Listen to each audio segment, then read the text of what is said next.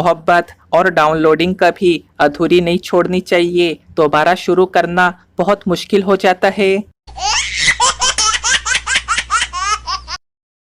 वक्त वक्त की बात है, जो अंग्रेज हमें गरीब कहते थे, आज उनकी औरतें हमारे यहाँ आईपीएल में नाचने आती है।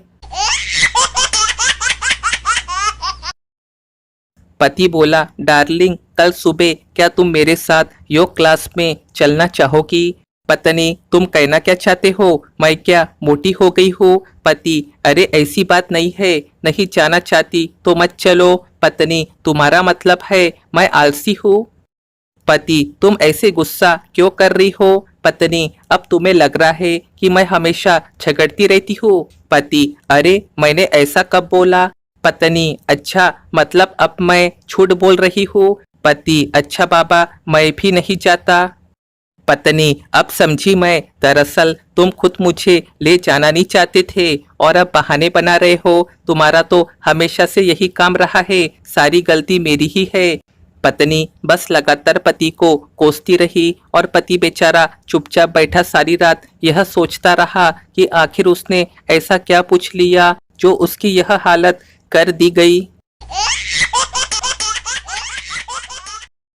पप्पू और गप्पू कई दिनों बाद मिले। पप्पू कुछ उदास सा लग रहा था और आंखों में आंसू थे। गप्पू ने पूछा, अरे तुम तो ऐसे लग रहे हो जैसे तुम्हारा सब कुछ लुट गया हो, क्या बात है? पप्पू ने कहा, अरे क्या बताऊं, 3 हफ्ते पहले मेरे अंकल गुजर गए और मेरे लिए 50 लाख रुपए छोड़ गए। गप्पू, तो इसमें बुरी बात क्या है? पप्पू ने कहा, और सुनो, 2 हफ्ते पहले मेरा एक चचेरा भाई मर गया जिसे मैं जानता भी नहीं था। वो मेरे लिए 20 लाख रुपए छोड़ गया। गप्पू ने कहा, ये तो अच्छा हुआ।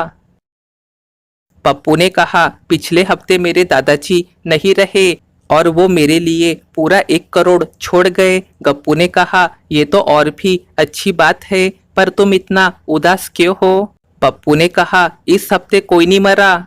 गप्पू बेहोश हो गया। हर लड़की की जिंदगी में लड़की का प्यार नहीं होता, कभी कभी आंटियां और भाभियां भी बाजी मार जाती है। जो लड़कियां गणित में तेज होती है वो शादी के बाद मोहल्ले में कमेटी वाली आंटी बन जाती है। एक औरत का पति काफी समय से कोमा में था। उसे कभी होश आता और कभी वो कोमा में चला जाता, पर वो औरत हमेशा अपने पति के साथ ही रही, कभी भी उसे नहीं छोड़ा। एक दिन आदमी को होश आया और उसने अपने पत्नी को पास बुलाने का इशारा किया। पत्नी अपने पति के पास गई। पति ने भरी हुई आंखों से उसे कहा, तुम्हें पता है ना, तुम हमेशा मेरे साथ रही हो। मेरे हर दुख के समय तुम मेरे पास थी। जब मुझे नौकरी से निकाला गया तो उस समय तुम मेरे साथ थी। जब मेरा कारोबार डूब गया तब भी तुम मेरे साथ थी। जब हमारा घर नीलाम हुआ तब भी तुम साथ थी। फिर अब जब मेरा एक्सीडेंट हुआ और मेरी यह हालत हो गई तब भी तुम मेरे साथ ही हो। अब बस मैं तुम्हें यही कहना चाहता हूँ कि अब तुम मुझे छोड़ के चली जाओ, क्योंकि शायद तुम्हारे जाने से मेरा अच्छा समय आ जाए। पत्नी बेहोश।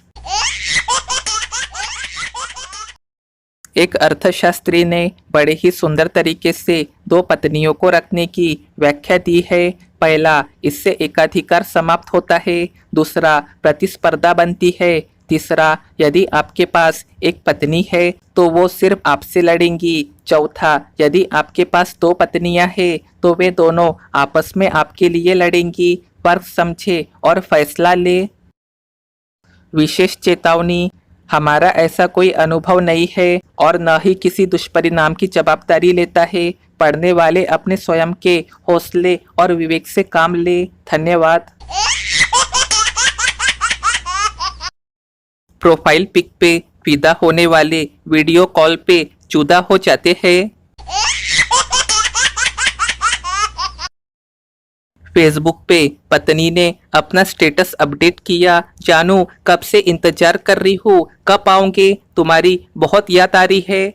15 दोस्तों ने स्टेटस को लाइक किया। पति ने भी जवाब में अपना स्टेटस अपडेट किया, मेरा हमेशा साथ देने के लिए शुक्रिया। मैं बहुत खुशकिस्मत हूँ जो मुझे तुम मिल गई, मैं जल्द ही वापस आ रहा हूँ।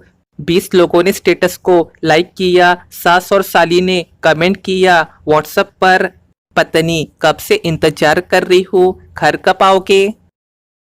पति अभी कुछ पता नहीं, दिमाग मत चाटो, जब देखो परेशान करती रहती हो, पता नहीं कहाँ से पल्ले पड़ गई हो।